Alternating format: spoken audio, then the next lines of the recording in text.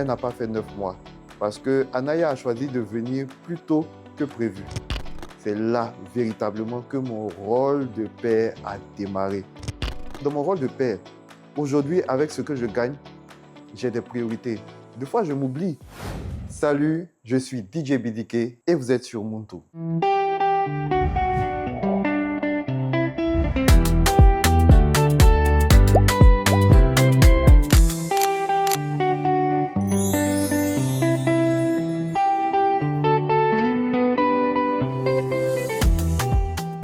Je suis certes DJ BDK, c'est comme ça que vous me connaissez, mais aujourd'hui, je suis en face de vous pour vous parler de la vie de papa de Boris Diekaku. Lui, c'est mon nom à l'état civil et on peut dire que je mène d'autres vies. La nuit, je suis avec vous, mais en journée, je suis avec ma famille et mes enfants. Le rôle de père, c'est quelque chose de vraiment merveilleux que je souhaite à tout le monde. C'est vrai, c'est pas facile, mais une fois qu'on y a pris goût, c'est comme le vélo, on s'en va seulement en avance et puis avec beaucoup de foi. L'éducation d'un enfant, ça requiert beaucoup de choses. Ça nous rend responsables et on a entre les mains l'avenir et la vie d'un autre être. C'est quelque chose, c'est comme une mission qui nous a été confiée par Dieu. Et il faut pouvoir réunir tous les moyens pour atteindre les objectifs de cette mission-là. Le début de cette aventure-là a commencé pour moi en 2014 avec la découverte de l'arrivée future de mon premier enfant. C'est une fille qui aura cette année 12 ans. Elle s'appelle Anaya et son arrivée a bouleversé ma vie. Je vous parle d'une vie d'insouciance à une vie pleine de responsabilités et de planification. Je vous assure, ça change beaucoup de choses. Un matin, soupçonnant ma compagne d'être enceinte et pour juste être sûr, je lui ai demandé d'effectuer un test de grossesse. Et on a eu ce résultat-là à 7h moins du matin, un 14 mars 2014. Et c'est là que l'aventure a commencé. Après, pour avoir la confirmation, on est parti faire une échographie et on a bien eu la confirmation qu'un petit Diekaku se développait dans le ventre de ma compagne. Elle n'a pas fait 9 mois parce que Anaya a choisi de venir plus tôt que prévu. Les parents de ma compagne résidaient à cette époque aux États-Unis. Donc, on avait souhaité qu'elle aille là-bas pour accoucher, pour bénéficier des conditions médicales et administratives pour notre premier enfant. Et à l'approche de la date du voyage, il y a eu quelques complications qui ont fait qu'elle a dû être hospitalisée ici sur place. Et je vous parle de la veille de son voyage. Et le jour du voyage, Anaya a vu le jour par césarienne. C'est vrai, on n'était pas préparé à cette option-là, mais on y a fait face avec tous les moyens dont nous disposions à l'époque. Et la petite est venue au monde dans de bonnes conditions. Elle a été gardée sous couveuse pendant 3 semaines. Donc je vous dis que entre la naissance de ma fille et la première fois où j'ai pu la tenir dans mes bras, il y a quand même un bon moment qui s'est écoulé, mais j'ai été patient.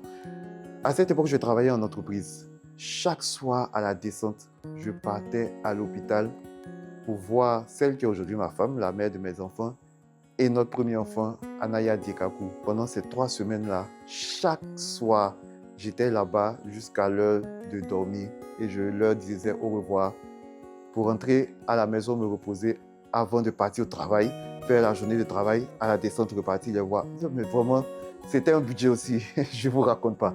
Dans tous les cas, au bout de ces 3 semaines-là, ils sont sortis de l'hôpital.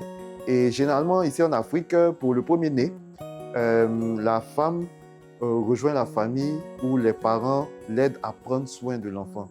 Et comme la mère de ma femme ne résidait pas ici à cette époque-là, et qu'elle était aux États-Unis, donc c'est la grande cousine de ma femme qui a pris soin d'elle et de notre fille.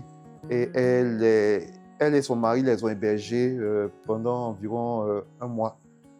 Et c'est après tout ce temps-là qu'un jour, je suis parti les chercher là-bas pour les ramener chez nous à la maison, dans notre foyer. Et c'est là que véritablement notre vie de famille a commencé. C'est là véritablement que mon rôle de père a démarré. Parce que jusque-là, j'ai été assisté. Moi, je préfère dire ça comme ça, j'ai été assisté. Mais à partir de ce moment-là, j'ai été mis face à mes responsabilités. Et comme un homme, j'y ai fait face jusqu'au bout.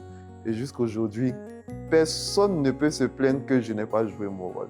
Quand ma femme est sortie de l'hôpital, qu'elle allait en famille d'abord et qu'elle a rejoint la maison après, il fallait prendre le relais. Donc, elle ne pouvait pas s'occuper de la petite seule parce qu'elle avait besoin de temps de récupération.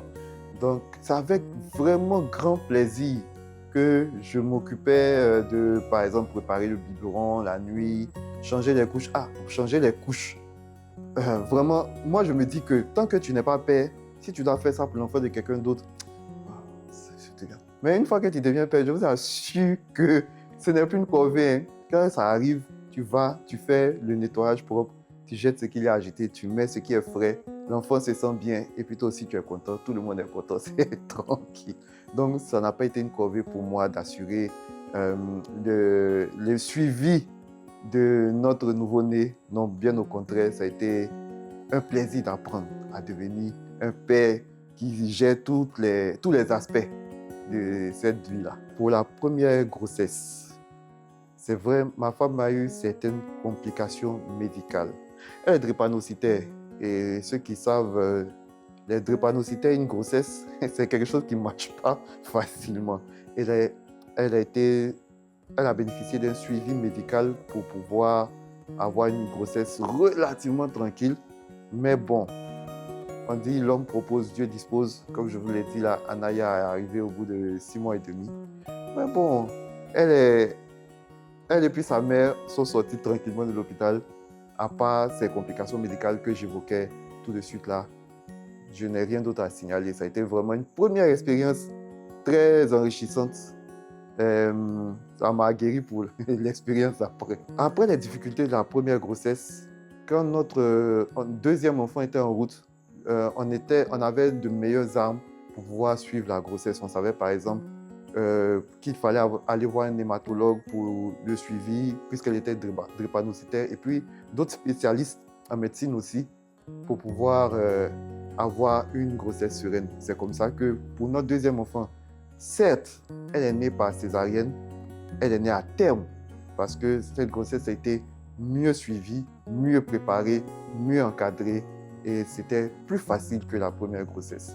Mais après, on a décidé de s'arrêter là à cause des questions de santé. Là, comme je vous ai dit, rien ne sert de risquer la vie des gens, de l'enfant des gens. Donc, on a décidé d'arrêter là. On a 2 filles, 2 magnifiques filles aujourd'hui qui sont, je peux dire avec fierté, que je trouve épanouies comme enfant. Je suis heureux de pouvoir voir mes enfants évoluer aujourd'hui dans un environnement que je travaille pour rendre sain pour elles. C'est-à-dire que dans mon rôle de père, aujourd'hui, avec ce que je gagne, j'ai des priorités. Des fois, je m'oublie. Il y a des achats que je veux faire et puis je me demande, est-ce que j'ai déjà géré cette partie-là pour les enfants? Donc, en tant que père, il vous arrive aussi de vous oublier pour mettre en avant le bien-être de vos enfants. C'est un haut niveau d'altruisme. Aujourd'hui, Anaya dont je vous parlais, elle est arrivée dans des conditions difficiles au monde. Mais aujourd'hui, Anaya est une championne. On a essayé de construire pour elle un environnement adéquat pour son épanouissement, elle et sa sœur. Aujourd'hui, elle a passé récemment l'examen du CEP. Elle a été top majeur des résultats de son école. D'un enfant qui a commencé un voyage de la vie aussi difficile, on a pris nos responsabilités, on a fait ce qu'il fallait pour qu'aujourd'hui, là, cet enfant puisse évoluer dans un environnement sain. Et c'est une jeune fille. On souhaite qu'elle soit plus tard leader parce que les femmes, moi j'ai la conviction que demain, le monde de demain appartient aux femmes. Et on est en train de tout faire pour leur inculquer des valeurs parce que j'ai 2 filles, des valeurs qui leur permettront de tenir le monde de demain, de vivre dans ce monde de demain là aussi et de pouvoir le transmettre à elles aussi, à leur génération d'après. Mais dans tous les cas, pour revenir à ce que je disais, c'est magnifique ce voyage de paix là. Et à aucun moment, à vraiment aucun moment, je n'ai de regrets. Sauf quand peut-être ma dernière fille, quand je dois sortir pour aller travailler, me demande « Papa, tu vas où? Tu reviens à quelle heure ?» Même sa mère ne fait pas ça. Mais vraiment, chaque fois que je me sens fatigué, par exemple, et que je dois aller travailler, quand je repense à mes enfants, je vous assure que c'est mieux que de l'adrénaline. je me sens boosté et je vais de l'avant pour accomplir ce que je dois faire parce que je sais que j'ai une responsabilité, j'ai ces enfants-là derrière moi et je dois leur permettre d'avancer sereinement. C'est pour ça que moi, je me sacrifie pour qu'elles soient à l'aise. J'essaie de leur offrir une vie. Par exemple, pour demain, elles ne seront pas trop, comme je vais vous dire ça, influencées par l'environnement extérieur. Une petite invitation à Sini peut comme dérouter certaines personnes. Mais non, c'est leur habitude. Un petit voyage peut mélanger l'esprit de certaines personnes. Non, elles sont déjà aguerries parce que leur papa les a mis dans un certain niveau.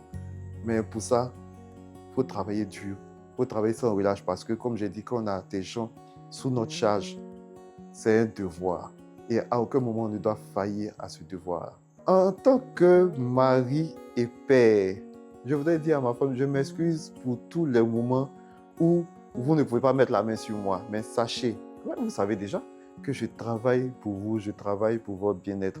Donc merci de faire ces sacrifices aussi à votre niveau pour me permettre d'aller sereinement accomplir ce que je dois accomplir comme tâche pour pouvoir effectuer mon devoir de père. Merci beaucoup à toi et aux enfants. Maman Christelle, de tout mon cœur, je t'aime. Anaya et Yoela, mes chères filles, merci d'être les personnes que vous êtes en train de devenir, les enfants que vous êtes. C'est vrai, c'est pas vraiment toujours facile. On a nos petits fights et tout ça. J'essaie de vous inculquer des valeurs. C'est pas toujours facile pour vous de comprendre. Avant, j'étais un peu dans l'éducation à l'africaine, un peu de façon, parce que moi, j'ai été élevé à un moment. Merci aussi pour ce que tu as fait pour moi. Donc, au début, ça m'a servi de modèle. Mais après, j'ai vu, selon ma propre expérience, que ce n'était pas forcément le meilleur moyen. Donc, ma femme et moi, on est entré dans la stratégie de bon flic, mauvais flic. Elle a endossé le rôle du diable même avec les enfants. Elle le prend à la dure quand il le faut. Et puis moi, je suis derrière pour souffler sur les braises. Oh, les filles, non, vous comprenez, tant. Donc moi, je suis plus dans le dialogue maintenant avec les enfants. Voilà, et puis avec cette balance-là, on essaie de les gérer chaque jour que Dieu fait pour pouvoir avancer et, comme je le disais là, leur offrir une éducation correcte selon les normes de nos sociétés actuelles. Il n'y a pas plus heureux que père aujourd'hui parce que vraiment je suis fier d'avoir ces êtres-là dans ma vie. Elles ont switched my world, elles ont modifié mon environnement, mais pas en mauvais, plus en bien. Aujourd'hui, je me sens élevé par rapport à mon passé. Quand je pense à moi il y a 10 ans et aujourd'hui, il y a des responsabilités que je n'avais pas. Je me sens plus responsable. Je ne suis pas que responsable de moi, je suis responsable d'autres personnes. J'ai acquis des aptitudes. Je suis devenu plus communicant, plus psychologue grâce à mes enfants. Et vraiment, je suis devenu une meilleure version de moi-même grâce à ces êtres-là. Donc, encore une fois, merci beaucoup d'être dans ma vie. Pour les enfants qui n'ont pas la chance de vivre avec leur père, qui n'ont pas la chance d'avoir connu leur père, ce n'est pas une fin en soi, ce n'est pas une fatalité. Vous, demain, ça peut vous permettre d'être aguerri, d'avoir un mental fort, pour pouvoir éduquer vos enfants aussi. Donc rien n'est perdu. Beaucoup de courage pour la vie d'aujourd'hui, mais ce n'est pas fini. Demain est là aussi. À tous les papas responsables, parce qu'il y en a qui donnent la vie et puis après, eux, ils passent à autre chose. Mais ceux qui restent pour assurer le bien-être et l'avenir de leurs enfants, big respect à vous. Vous êtes les meilleurs hommes de cette planète-là. On a besoin de plus de personnes comme vous. Soyez des modèles pour vos enfants. Assurez-vous de donner le bon exemple pour que cela se reflète dans nos sociétés de demain parce que nous sommes les modèles de nos enfants et ce que nous faisons aujourd'hui va impacter la société de demain. Donc faisons les choses bien aujourd'hui pour nous assurer que nos enfants évoluent dans des sociétés bien aussi à l'avenir. À tous les papas qui ne sont pas responsables, souvenez-vous que vous avez donné la vie à des êtres. Ne les abandonnez pas dans la nature. Revenez dans leur vie autant que possible. Reprenez les choses en main et puis avancez avec eux sereinement pour en faire des êtres, de bonnes personnes. Ces personnes dont la société là aura besoin, ces personnes sur qui nos sociétés pourront compter, ces piliers-là pour le monde de demain. À tous les pères du monde entier, c'est vrai, on nous minimise. La fête des mères, là, elle est mise comme ça en haut et puis à notre tour, là, ça passe sous silence. Mais bon, nous savons ce que nous vivons chaque jour. On ne vit pas pour les feux des projecteurs. On vit pour nos enfants, pour leur donner la meilleure éducation possible. Continuons notre noble combat. C'est Dieu qui va nous récompenser. Notre récompense là, c'est en haut là-bas. Et les papas, chers collègues, bonne fête à nous. Bonne fête des pères.